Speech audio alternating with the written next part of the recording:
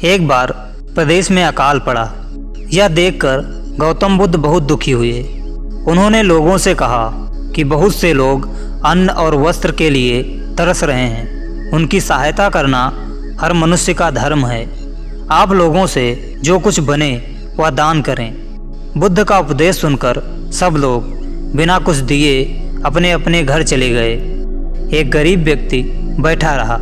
उसने सोचा, मेरे पास सिर्फ कपड़े हैं, अगर मैं इन्हें उतार कर दे दूंगा तो नंगा हो जाऊंगा। फिर उसने सोचा कि मनुष्य बिना कपड़ों के पैदा होता है और बिना कपड़ों के ही मर जाता है। ना जाने कितने साधु सन्यासी बिना कपड़ों के रहते हैं, फिर मैं बिना कपड़ों के क्यों नहीं रह सकता। उसने अपने वस्त्र उतार कर बुद्ध को दे दिए। महात्मा बुद्ध ने उसे आशीर्वाद दिया। वह प्रसन्न होकर घर की ओर चल पड़ा।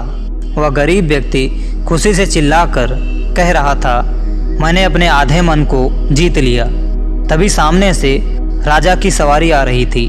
उस व्यक्ति की बात सुनकर राजा ने उसे अपने पास बुलाया और पूछा, तुमने आधे मन को कैसे जीता है। उस गरीब ने कहा कि भगवान बुद्ध दुखियों के लिए दान मांग रहे थे। यह सुनकर मैंने अपने वस्त्र उतार दिए।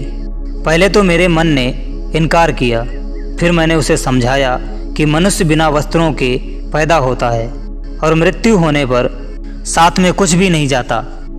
राजा उसकी बात सुनकर बड़ा प्रसन्न हुआ। राजा ने मोतियों का हार और कीमती वस्त्र उसे दान में दिए।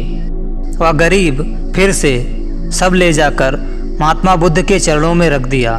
महात्मा बुद्ध ने उसे हृदय से लगाते हुए कहा, जो दूसरों के लिए अपना सब कुछ दे देता है, उसकी बराबरी कोई नहीं कर सकता। दोस्तों, इस कहानी के पीछे की शिक्षा ये है कि इस दुनिया में बहुत बड़े बड़े अमीर लोग मिलेंगे। उनके पास पैसा, जायदाद सब कुछ होगा, लेकिन वो दिल से गरीब होंगे। दिल से अमीर कोई बिरला ही होगा जो लोगों की मदद के लिए आगे आएगा।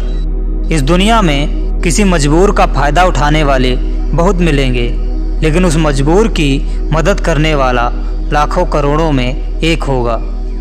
मेरी आप सबसे एक विनती है, अगर किसी गरीब या मजदूर की मदद ना कर पाना तो उसका फ़ायदा भी मत उठाना।